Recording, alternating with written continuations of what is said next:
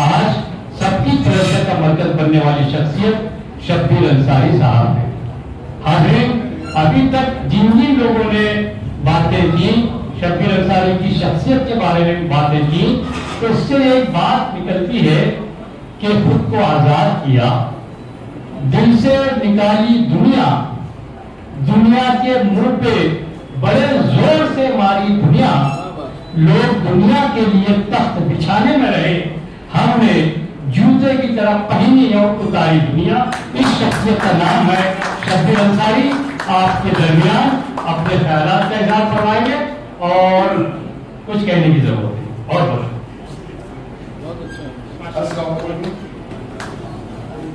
आज मुझको यकीन नहीं होता है कि जिस तहरीक को लेकर के मैं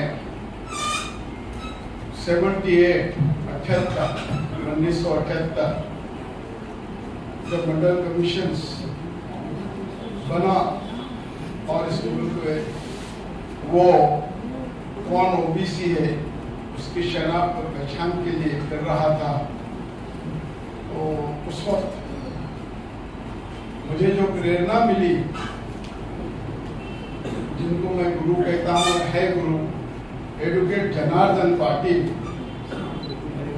और दूसरे उम्र में बहुत छोटे हैं कपिल पाटिल, जो उस वक्त कॉलेज में पढ़ते थे, 19 या 20 साल की उम्र होगी।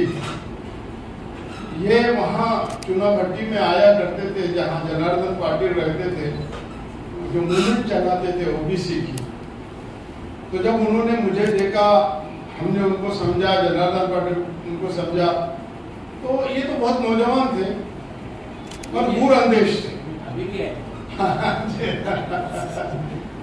जैसा सरफराज आदू बहुत दूर अंदेश थे, वैसे कपिल पाटिल भी बहुत दूर अंदेश थे।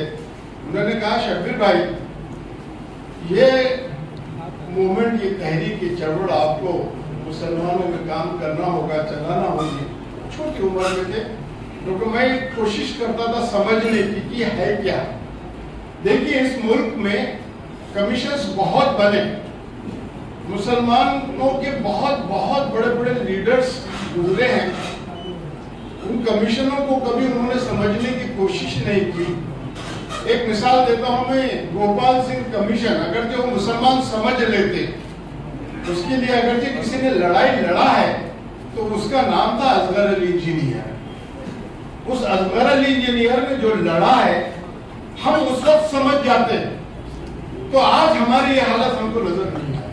हकीकत है, गोपाल सिंह कमीशन आज भी नहीं मालूम हमको कि क्या था, क्यों बनाई थी इंदिरा गांधी ने, किसके लिए बनाई थी। पूरा टोटली माइनॉरिटीज मुसलमानों के लिए था, और हमने उसको समझने की कोशिश नहीं की। और ना ही हमारे लीडरों ने, जिनको हम कायद कहते थे, जो हमारे मिनिस्टर थे, जो हमारे खासदार थे, जो हमारे आमदार थे, उन्होंने कभी समझने की कोशिश ही नहीं की। असगर अली जी चीखते चीखते रहा, समझे नहीं। उसके बाद मंडल कमीशन जब आया है, वो 75 में था, ये 78 में आया। ये क्या कमीशन था, हिंदुस्तान का दस्तूर क्या है और दस्तूर ने क्या कहा है, पता नहीं। मंडल कमीशन जब आया, उसने कुछ मुसलमानों को जाकर के बात की, तो उन्होंने कहा कि नहीं, हमारा इससे कोई लेना देना नहीं, ना ही हम इसके चक्कर में पड़ना चाहते हैं। मंडल कमीशन में अगर किसी ने बात की तो 2 ही मुसलमान थे, और वो कामरेड थे, जेवीपी के सबसे बड़े जो प्रोफेसर थे, उनके पास गया। उन्होंने कहा है, ये सिस्टम्स है हमारे में, मगर मैं याद कह नहीं सकता हूं कि कितनी और कैसी है। और दूसरे साहब थे औरंगाबाद के, मोइन शाकिर, उनसे पूछा, उन्होंने भी बताया। उनको समझ में आया कि हमने भी यही कोशिश कर रहे थे कि मंडल कमीशन है क्या, ये दस्तूर का दिया हुआ हक था और ओबीसी इसके लिए था। मालूम नहीं था इस मुल्क में कि इस मुल्क का ओबीसी कौन होगा। एससी और एसटी की व्याख्या थी, पहचान थी, आइडेंटिटी थी। शेड्यूल कास्ट कौन होगा, शेड्यूल ट्राइब कौन होगा, आदिवासी ट्राइब जिसको कहते हैं हम, और दलित कौन होगा, उसकी व्याख्या थी, वो सबको मालूम था। पर ओबीसी कौन होगा इसकी व्याख्या मालूम नहीं थी, और इसीलिए बाबा साहब अम्बेडकर ने जो दस्तूर के अंदर कलम 340 में कि यह कमीशन बनाया जाए इस मुल्क में, कि इस मुल्क का ओबीसी कौन है, तो उस वक्त लोगों को समझ में नहीं आया, और धर्म की और कई मजहब की बात नहीं की थी। उन्होंने कहा था कि इस मुल्क में रहने वाला कोई भी शहरी, उसमें धर्म और मजहब की बात नहीं थी, जो तालीमी और सामाजिक पिछड़ा है उसको सहूलत मिलना चाहिए। और उसके लिए पहला कमीशन काका कालेलकर बना, जो जात के आधार पर गया, उसकी तफसीलों में नहीं जाना चाहता हूँ, और मंडल कमीशन बाद में बना, 78 में आया, और उस वक्त हम समझना चाहते थे। और 1967 में मैंने मेरी किताब में लिखा हूँ कि 1967 में कुछ मुस्लिम बिरादरों को डाला गया था। क्यों डाला गया था मुसलमानों को मालूम नहीं, उलमाओं के पास गए तो बोले है हमारे में जात पात में कुछ भी नहीं है, क्या है गलत है हमको नहीं मालूम है। हमारे लीडर, हमारे एमएलए, हमारे एमपी, हमारे मिनिस्टर को पूछा तो ये गलत बात है, आप काय को करते होंगे, क्या हुआ मालूम नहीं। उनको कोई लेना देना नहीं था। 1967 में कुछ मुसलमान बिरादरें आई थी, और उसी को लेकर मैं निकला हूँ कि ये बिरादरें आई तो क्यों है, इस्लाम में तो जात पात का निजाम है ही नहीं, यहाँ तो मसावत और बराबरी है, फिर इसमें क्यों डाला गया, इसका जवाब मुझे नहीं मिल सका। और उसी जवाब को ढूंढते ढूंढते ढूंढते मैं जनार्दन पाटिल तक पहुंचा। उन्होंने भी मुझसे यही कहा कि शकील भाई, हम तो मुसलमानों के बारे में उतना ज्यादा नहीं जानते हैं, और न तुम्हारे मजहब के बारे में, ये कोशिश आपको करना पड़ेगा। और दूसरी बात भी है कपिल पाटिल, शकील भाई ये काम आपको करना पड़ेगा। और फिर मैं उसकी जुस्तजू में लग गया, और यकीन मानो कि वो एक जुनून था मेरा, एक पागलपन था।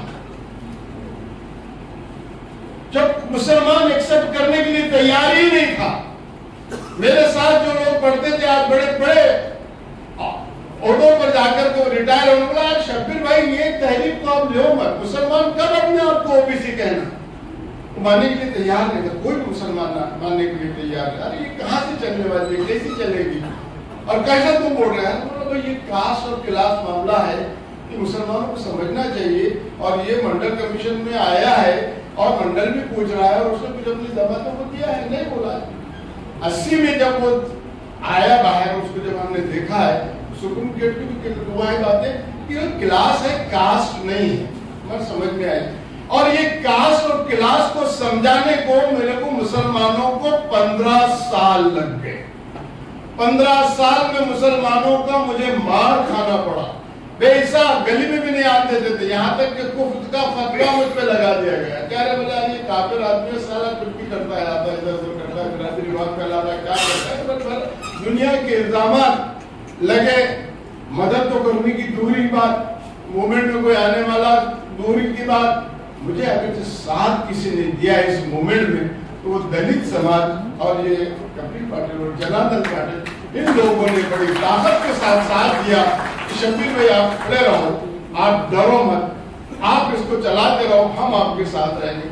मुसलमानों ने तो बिल्कुल ही साथ नहीं दिया, तो बिल्कुल मानते ही नहीं थे। और जिस वक्त मंडल कमीशन आया, उसका इंप्लीमेंट हुआ, उसकी अमल बजानी हुई, और यहाँ महाराष्ट्र में आया, सुप्रीम कोर्ट के ऑर्डर से, सुप्रीम कोर्ट के ऑर्डर के बाद में ये हुआ कि इंप्लीमेंट कैसा होना। शरद पवार के पास जब बात आई और बातें होने लगी, नसीम सिद्दीकी चले गए यहाँ से। शरद पवार बोलने लगा कि यार सब, जैसा कि मैंने किताब में अब्दुल्ला साहब के बारे में लिखा, हुसैन दलवाई के बारे में लिखा, आप जरूर किताब पढ़िए। खास तौर से हुसैन दलवाई ने मुझसे क्या कहा, सीनियर हुसैन दलवाई जो चिपरून के थे, डॉक्टर साहब बोलते हैं आज मैं जो कुछ बड़ा हूँ पाटिलकर साहब उन्हीं की वजह से हुआ।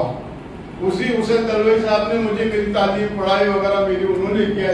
उनका लेटर क्या है, मुझे कैसे आया, और उन्होंने मुझसे क्या लेटर मांगा। जब माइनॉरिटी कमीशन के चेयरमैन थे, माइनॉरिटी कमीशन के चेयरमैन पीए नामदार मेंबर थे, माइनॉरिटी कमीशन के चेयरमैन में जब उन्होंने हमको बुलाया, अब ये जीआर निकलने की पहले की बात कर रहा हूँ, हुसैन दलवाई साहब ने, मैं समझना चाहता हूँ कि ओबीसी क्या है। तो साहब आप सीनियर लोगों को बुलाइए। तो संदीप बागची बोलकर के आईएएस ऑफिसर थे, वो आए, मैंने बुलाया, उसके बगैर होती नहीं मीटिंग, मेंबर थे, सब लोग थे। हुसैन दलवाई साहब बोले कि ऐसी बातें बताइए क्या करें, जैसा किसी ने सरफराज भाई ने बोला है कि हाँ मुसलमानों के साथ ज्यादती है और मुसलमान उसके लिए तैयार नहीं। संदीप बागची आया, उन्होंने कहा, तो उन्होंने उन्होंने सीधा सीधा आते साथ ये बोला हुसैन दलवाई साहब को कि भाई ये जो वोट है कि मुसलमानों को नहीं दिया जा सकता है, एकदम ऐसा बोला है।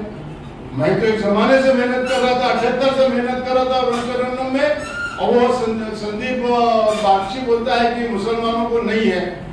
मैंने सबसे पहले होता तो कोई नौजवानी थी, गुस्सा भी था, वो भी था, हुसैन दलवाई साहब को बोला कि साहब इसको बोलो कि अपने अल्फाज पहले वापस ले लो। ऐसा कैसा? बोला हाँ इसको बोलो, ये आपको मिसगाइड कर रहा है। ऐसा कैसा बोलते हैं? आप बोलो तो सही। बोला इनको बोलो कि इन्होंने कभी कॉन्स्टिट्यूशन और दस्तूर को पढ़ा है। हुसैन दलवाई साहब बहुत होशियार आदमी थे। उन्होंने उस संदीप बागची से पूछा कि आपने कभी कॉन्स्टिट्यूशन दस्तूर को देखा है क्या, पूछा है, समझा है क्या? उसमें कहीं ऐसा लिखा हुआ है कि मुसलमानों को नहीं दिया जा सकता? मंडल कमीशन की जो रिकमेंडेशन है उसमें कहीं ऐसा है कि मुसलमानों को नहीं, सिर्फ हिंदुओं को है? क्योंकि इस मुल्क में धर्म के नाम पर रिजर्वेशन दिया ही नहीं जा सकता है, तो हिंदू और मुसलमान का सवाल ही पैदा नहीं होता, फिर ये कैसा कह रहे हैं? संदीप बागची के पसीना पूरे हुसैन दलवाई बहुत गर्म बन गए, और बनने के बाद उन्होंने कहा कि आपने इतना गलत किसे हमसे कहा? तो मैंने देखा नहीं साहब, मुझे पढ़ना पड़ेगा, मंडल कमीशन पढ़ना पड़ेगा और मुझे देखना पड़ेगा। कैसी ज्यादती होती है? मैंने कहा अगर कोई दूसरा होता कमेंट वापिस आ जाता।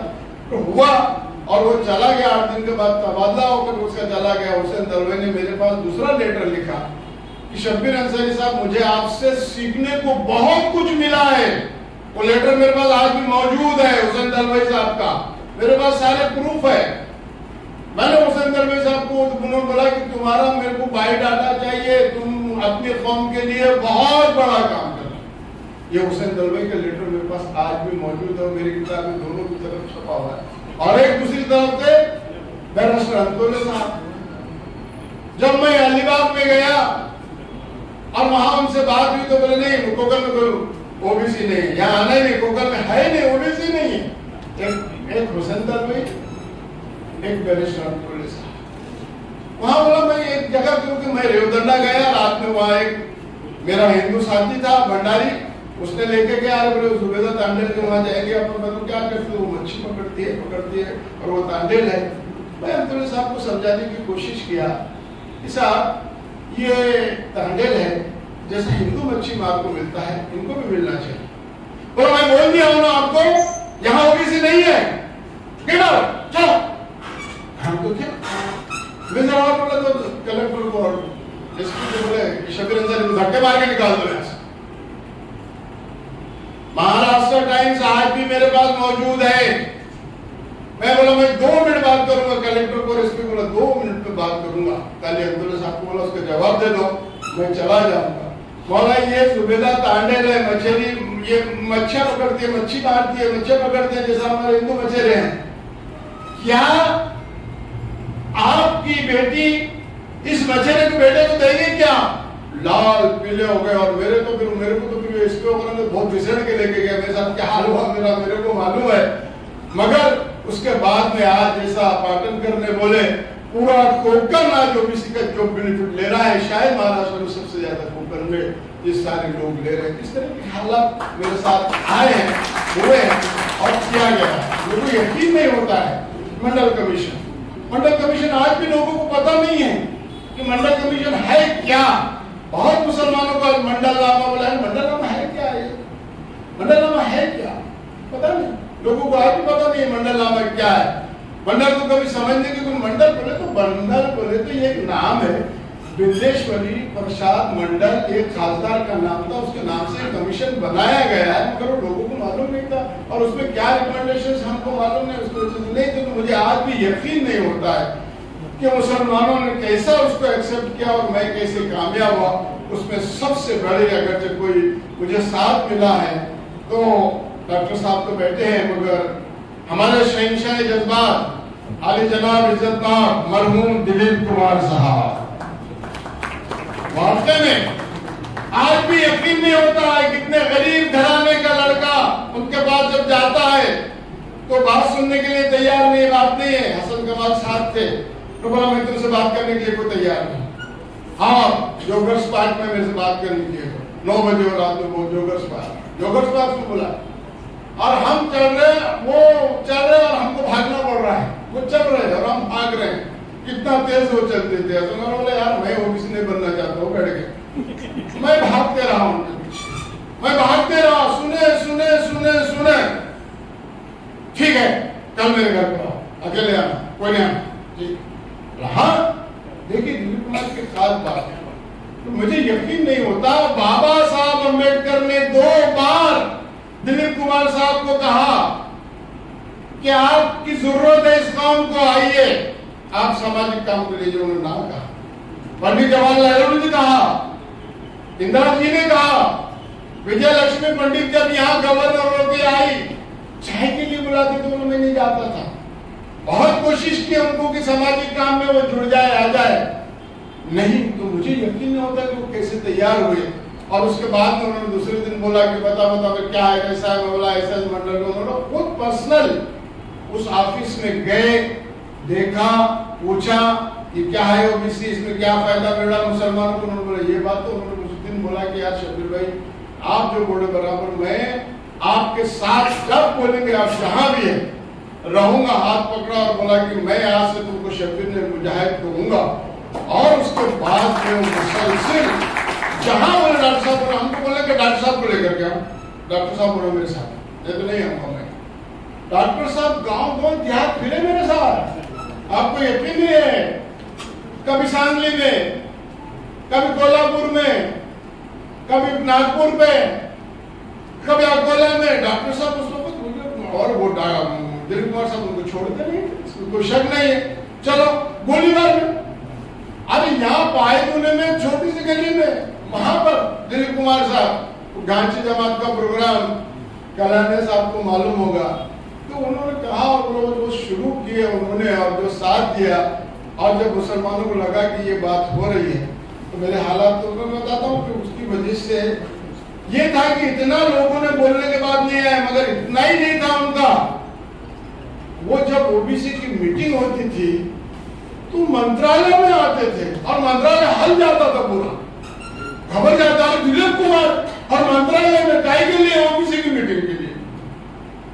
एक बार नवाब मलिक, नसीम खान साहब, हुसैन दलवाई, अविनाश राव से हमारी कुछ बातचीत हो रही थी, तो उन्होंने मेरी मुखालिफत की है, तो दिलीप कुमार बहुत गर्म बन गए, उनको पर तीनों पर गर्म बन गए।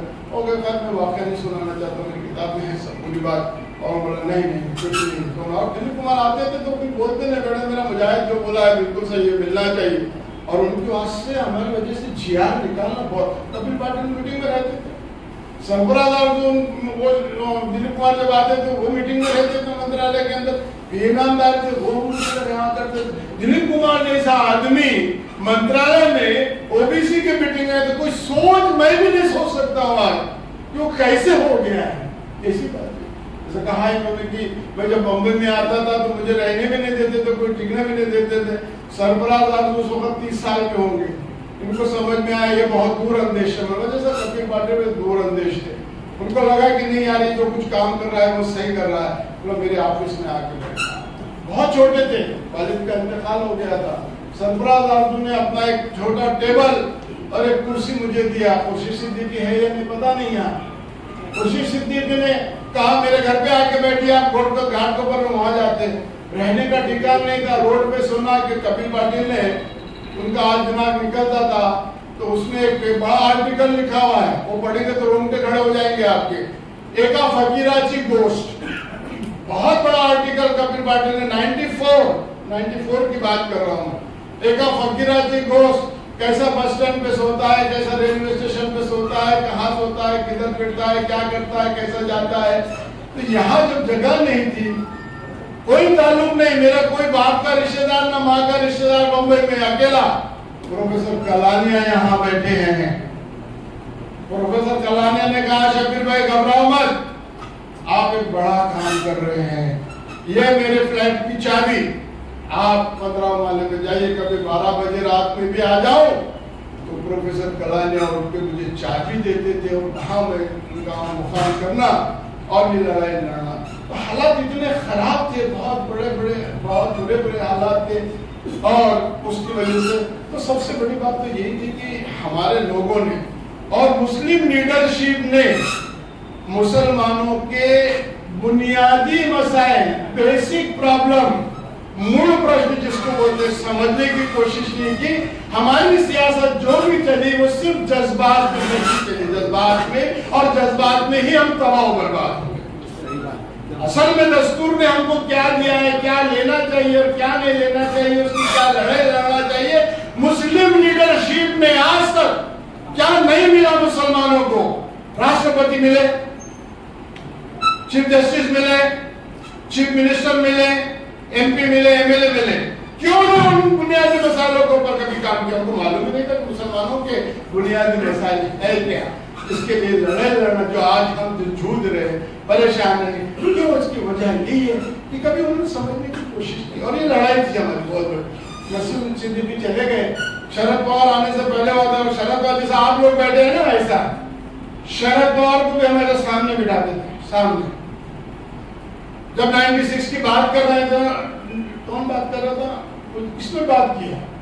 शरद पवार आए, नसीम सिद्दीकी आए, तो हम सामने बैठे, रामू वालिया, रामविलास पासवान, शरद यादव, सारे लोग सब थे।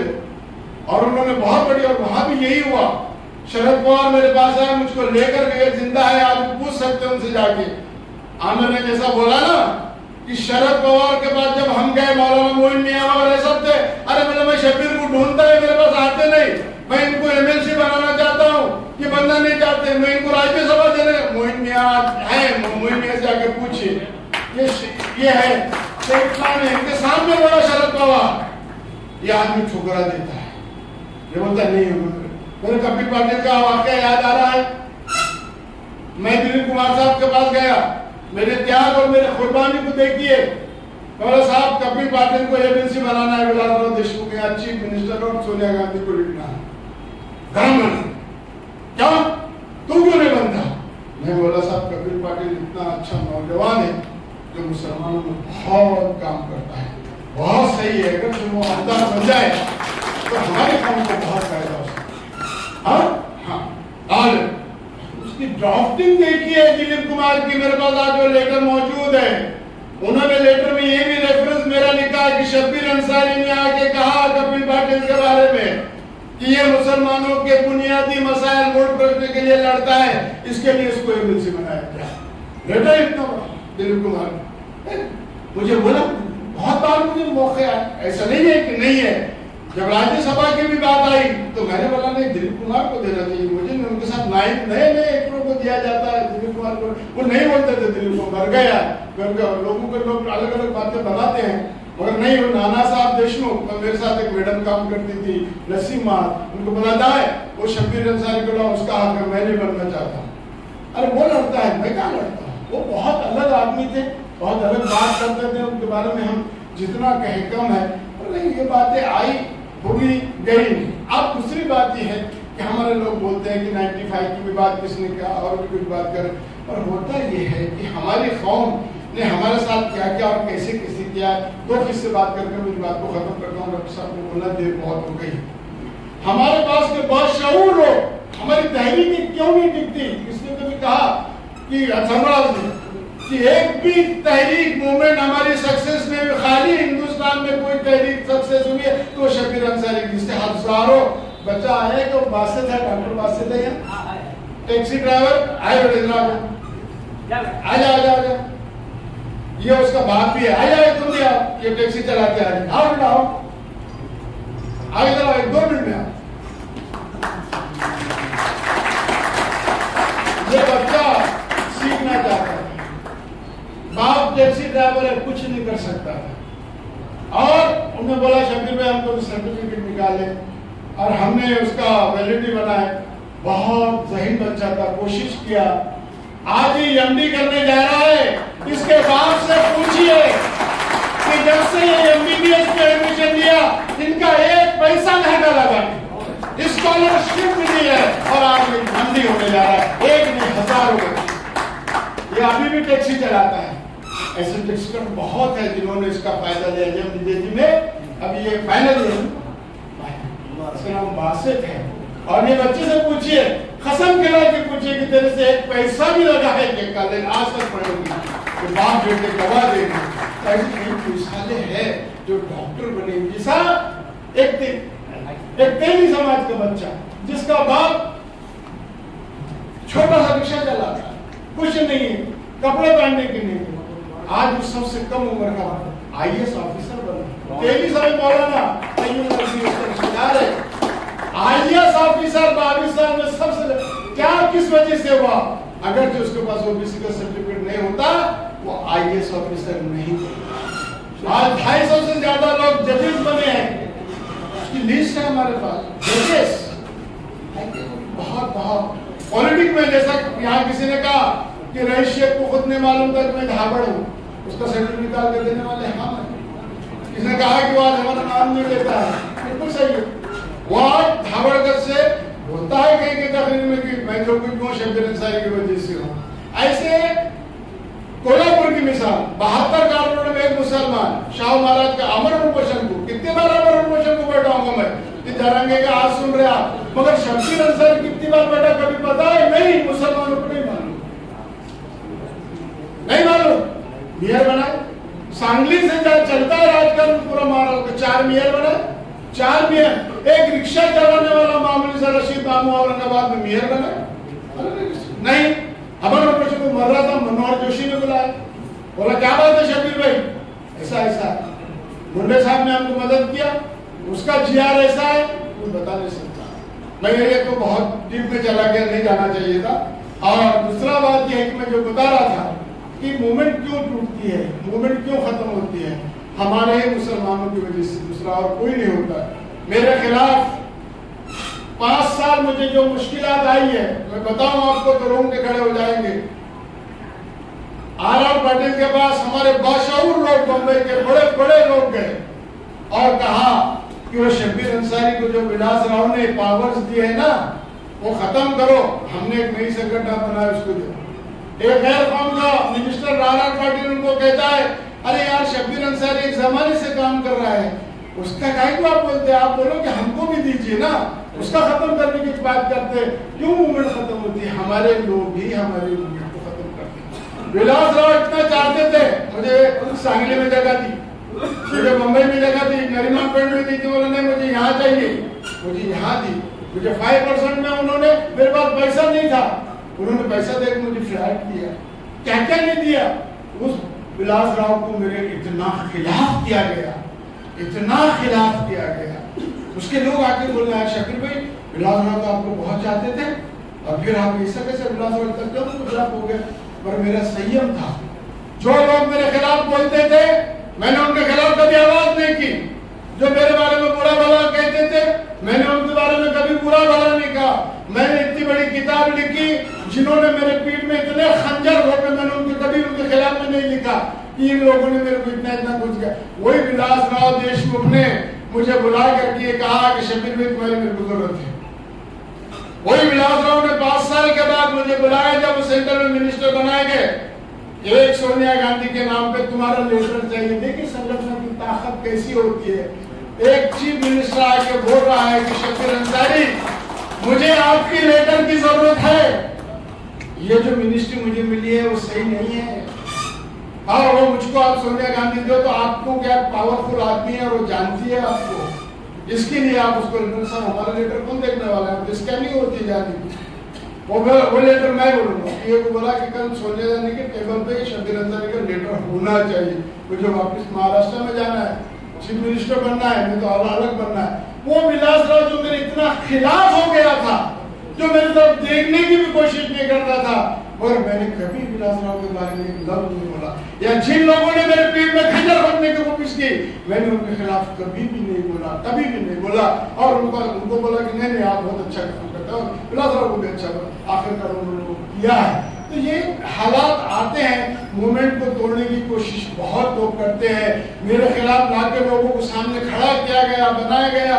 इतना आसान नहीं है तहरीक को चलाना, घर बार छोड़ना पड़ता। तो ये तो मेरा जुनून, ये मेरा पागलपन था, जो अपना घर बार छोड़ के आज 45 साल में अपने बाल बच्चों को छोड़ करके कैसा क्या जिंदगी गुजारा। मैंने 1 2 नहीं 57 सर्कुलर और GR निकाले, इसमें मनोहर जोशी ने निकाले, और सबसे अच्छा अगर जो कोई GR निकाला है तो शरद पवार। इतनी बात करके अपनी बात को खत्म करूंगा। उन्होंने बुलाया बोला शब्बीर भाई जावेद खान साहब तुम्हारे खिलाफ, सलीम जकरिया तुम्हारे खिलाफ, सारे एमएलए खिलाफ, बोलते मुसलमानों में ओबीसी नहीं है। तुम कैसी बात करते हो जब इनका आज दिनांक चलता था कपिल पाटिल का आज दिनांक चलता था। मैं बोला साहब बोलो मीटिंग बुलाना पड़ेगा, पूरे महाराष्ट्र से सब बिरादरियों को बुलाया मैंने। 3.5 घंटे हमारी शरद पवार साहब के साथ मीटिंग हुई और उन्होंने कहा कि शब्बीर भाई नहीं दिया जा सकता है, सारे मुसलमान तुम्हारे खिलाफ, सारे मंत्री तुम्हारे खिलाफ। बोला साहब मुझे तो चल, जब हमारे पास दिलीप कुमार जुड़े हुए नहीं थे, दिलीप कुमार हमारे साथ 55 से आए, ये 54 की बात कर रहा हूँ, और 54 की इनामदार थे, आए थे, वो भी मीटिंग में आए थे, बैठे और हमने बात की। बोला साहब ना मुझे मुसलमान बोल के चाहिए, ना मुझे इस्लाम के नाम पर चाहिए, ना मुझे मजहब के नाम पर चाहिए। बाबा साहब अम्बेडकर ने ये जो कलम 340 दी है, मुझे इसमें बता दीजिए कि इसमें कहीं मुस्लिम वर्ड है। ये मंडल कमीशन जो पूरा हिंदुस्तान में फिरा, उसने कहा कि यहाँ के मुसलमानों को नहीं दिया जा सकता। ये मंडल कमीशन की लिस्ट है, क्या इसमें मुसलमानों के नाम नहीं है? हो गया, देखते रहा। अरे बोले किसी ने बोला कि बहुत स्टडी है, बहुत अभ्यास, मैं स्टडी करके जाता, सब बताया शरद पवार जी को, मान गए क्योंकि बहुत होशियार आदमी से बारीकी से देखते थे। देखा कितनी बिरादरी आए, गणित के बहुत एक्सपर्ट आदमी है, इतने एक्सपर्ट आदमी है। तो सब ये बिरादरियां हैं पूरे महाराष्ट्र से आए, कितने परसेंट होंगी? तो सब 90 से 90। अरे तो सबसे ज्यादा यही लोग है। हाँ थोड़े लोग हैं जो बोलते कि नहीं मिलता ऐसा। अरे बाप रे बाप रे बाप, इनका निकालना चाहिए। रत्नाकर गायकवाड़ थे सेक्रेटरी रहने के बाद में उनको बुलाया और बोला शब्बीर अंसारी जो बोलता है वैसा ही जीआर निकल। पहला अगरचे हमारी कामयाबी मिली 7 दिसंबर 1994। क्या जीआर? या पुढे कोणत्याही धर्माचं बंधन न लावता मुस्लिम सहित जो यहाँ पर वर्गातील यानी बिला इम्तियाज मजहब को मिल्लत जो इस जुमरे में जो इसके साथ उड़ाई नहीं, हमने साथ को रखा ही नहीं है। जीआर निकला, मेरे आंखों में आंसू आए, रोते हुए मैं कपिल पाटिल के पास गया। आज दिनांक के ऑफिस में बैठे हुए थे, शब्बीर भाई क्यों रो रहे हो? बोला साहब हमको सक्सेस हो। क्या बात कर? हाँ सक्सेस हो। क्या हुआ? आज शरद पवार ने जीआर निकाल दिया है कि मुसलमानों को अब इसके बाद पूरी रिजर्वेशन मिलेगी और वहां से मुसलमानों की तकदीर 1950 से 1994 तक देखिए अपने हालात, और 1994-95 से आज देखिए कि हम कहां से कहां चले गए। हर फील्ड में, चाहे वो सियासत में हो, चाहे वो एजुकेशन में हो, चाहे वो माली इमदाद में हो, चाहे वो नौकरियों में हो, रिकॉर्ड निकाल के देखिए। रिकॉर्ड में आपको रोंगटे खड़े हो जाएंगे। इसके लिए मेरी गुजारिश है कि ये मंडलनामा पढ़िए। ये 45 साल की हकीकत है। डॉक्टर ज़हीर खान जी समझते इन बातों को, बहुत अच्छी तरीके से जानते हैं क्योंकि वो मूवमेंट में रह चुके हैं, वो मूवमेंट में थे, वो मूवमेंट में आते थे। इन्होंने भी गांव देहात देखे हमारे साथ, यहाँ नहीं इन्होंने गांव देहात देखा है, ऐसा नहीं है। आप सब लोगों का साथ था और वहां से ये सारी बातें शुरू हो गई। आज भी जैसा किसी ने कहा कि हम सब वापस एक मजबूती से, ईमानदारी से एक साथ आ जाए। और लोगों ने जिस तरीके से कहा मुसलमान के रिजर्वेशन पे मैं आज बात नहीं करना चाहूंगा, कभी इंशाअल्लाह ताला मैं बात करूंगा। आज मंडल की बात है तो इसकी ऊपर ही बात करूंगा। आज भी हम वो सारी चीजें हमको मिल सकती है। अलायंस हुआ ना, सोनिया गांधी ने बुला करके 99 में इंटरनेट में कांग्रेस के इतिहास में, तारीख में ऐसा पहली बार हुआ कि शब्बीर अंसारी के नाम पर टिकट दिए गए। ऐसा कोई बात नहीं, कांग्रेस ने कभी किसी से अलायंस नहीं की थी। 99 में देखिए यहाँ सैयद अहमद किसकी वजह से चुन गए। उन्होंने किताब जब गवर्नर बने लिखा कि अगर तो शब्बीर अंसारी नहीं चाहते तो मेरे को टिकट नहीं मिलता था। उनकी किताब है, आज भी है। जीशान से पूछे उसके बच्चे से, वो बोलता शब्बीर भाई तुम्हारी बेटो कि मुरली देवरा को भी नहीं सुना, अहमद पटेल सबको सोनिया जी ने बोला नहीं, शब्बीर अंसारी को कमिटमेंट कर दी। निजामुद्दीन इब्राहिम मौजूद है, इनका टिकट था वो, इसमें कोई शक नहीं है। यूसुफ लकड़ा वाला, रजवी साहब, बाबू भाई कुरैशी, ये सारे के सारे लोग दिल्ली आ गए। मुरली देवरा का सुन रहे नहीं, सोनिया गांधी नहीं सुन रही, मुरली देवरा में कौन शकील अंसारी? अरे उन्होंने बहुत बड़ी मूवमेंट चलाता भाई, वो बहुत बड़ी तहरीक है और माधव शिंदे उसको बहुत मानते हैं। उन्होंने बोलते नहीं है। फिर रात के 4 बजे आपको बताऊं कि 4 बजे फैसला हुआ। सोनिया जी ने मुझे 4 बजे रात को बुलाया। सोनिया जी जिंदे है, जीशान जिंदा है। बोला शकील भाई, सोनिया जी मुझे पूछे आप राजी है? मैं बोला साहब मैं अब क्या बोलूं, मैं नहीं बोले आप अगर जिंदे बोलते तो नहीं। मैं मैडम मैं कुछ नहीं बोलना चाहता, आप जो फैसला करना। नहीं बोले आप बोलो। सुबह 5 बजे निजामुद्दीन राय मेरे पास आ गए। शकील भाई मेरा नाम था, मैं शूट कर लूंगा अपने आप को। सामने बैठा सामने आगे बोला मेरे मैं शूट कर लूंगा, मेरा था, मेरा टिकट गया कैसा? मेरे सामने मैं क्या बोलूंगा, मैं नहीं बोल सकता। मेरे पीछे ऐसी मजबूरी थी। दिलीप कुमार का नाम जोड़ा था, दिलीप कुमार का कोई संबंध ही नहीं था, कुछ भी नहीं था, बोला जाता है। नहीं, कलमाड़ी ने जरूर फोन करा था, मगर दिलीप कुमार साहब बोले मेरा कोई लेना देना नहीं, वो शब्बीर अंसारी है। ये निजामुद्दीन बेचारा महरूम आज बैठा है और सैयद अहमद की किताब में लिखा। तो एक बड़ी तहरीक थी, बहुत मुसीबतें बहुत। वो तो बोला कि जुनून और पागलपन था कि जिसने सब कुछ आज किया। तो ये मंजरनामा 45 साल का है। जिनने भी कहा जरूर ले जाइए, पैसे भी मत दीजिए, किसी से भी ले लेंगे, डॉक्टर साहब से ले लेंगे, पाटनकर साहब से ले लेंगे और आपको फुकट बांटेंगे। वो किताब जरूर पढ़िए, वो किताब ले जाइए आप और उस किताब को देखिए ताकि आपको मालूम होता है कि मूवमेंट, तहरीक, कमीशन क्या होते हैं, कैसा लड़ना पड़ता है, कैसा होता है, क्या होता है। उसमें सारी बातें हैं। मौलाना कासमी साहब ने देखा है, पढ़ा है उसके अंदर, और लोगों ने बहुत सारा पढ़ा, लोगों ने बहुत देखा। सोहेल लोखंडवाला में भी मेरे को बोला शब्बीर में मैंने ऐसी किताब आज तक देखा नहीं। भालचंद्र राव मुंगनेकर जो वाइस चांसलर थे, डॉक्टर साहब थे मौजूद उस प्रोग्राम में, छठन उन्होंने बोला कि साने गुरुजी के बाद अगर कोई किताब मैंने पढ़ी हो, मैंने हजारों किताबें पढ़ ली हूँ, मैं स्कॉलर हूँ, मैं राज्यसभा का मेंबर हूँ, मगर उस दूसरे नंबर पर शब्बीर अंसारी की मंडल नाम है किताब। ये उन्होंने अपने भाषण में उसका भाषण आज भी उल्लेख किया वहां पर। इतना बड़ा स्कॉलर, उसने कहा कि मंडल नामों में, ये मंडल नामों में है। तो इन लोगों ने सबका, जैसा कलाने साहब बोले, सरफराज जवान थे 20 साल के, हाफिज दिया, खुशी सिद्दीकी, ये सब लोगों ने मेरी, आप सब लोगों ने मदद की है। लोगों ने जो नुकसान पहुंचाना था, क्या हमारा अल्लाह ने वो नुकसान होने नहीं दिया। मेरे कदम कभी डगमगा नहीं गए। मुझे बहुत तकलीफ मेरी संगठन की तरफ से बहुत आई है कि यार संगठन खत्म कर दो, क्योंकि संगठन खत्म होती दूसरी संगठन बनाओ और हम सक्सेस नहीं होते करके हम कामयाब नहीं होते। आज जो हम कामयाब हुए वो आप लोगों का साथ, अल्लाह का साथ। मेरे कदम अल्लाह ने डगमगाए नहीं, मैं बिका नहीं। मुझे बहुत ऑफर हुए, राज्यसभा, एमएलसी, ये वो सब, मैंने सबको ठुकराया, मैंने पैसों को ठुकराया, हर चीज को ठुकराया। मेरी कौम को क्या देते। शरद पवार आज जिंदा है, उनसे पूछो। वो बोलता था एक ही आदमी है शब्बीर अंसारी, आज भी शरद पवार अपने भाषण में बोलता है, एक ही आदमी है शब्बीर अंसारी जो कभी अपने लिए मांगने नहीं आता है। वो आता है तो कौम के लिए मांगने आता है, और जो मुसलमान मेरे पास आता है वो अपने लिए मांगने आता है।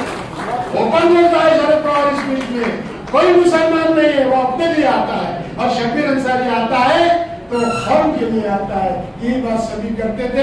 आप लोगों का बहुत बहुत शुक्रिया।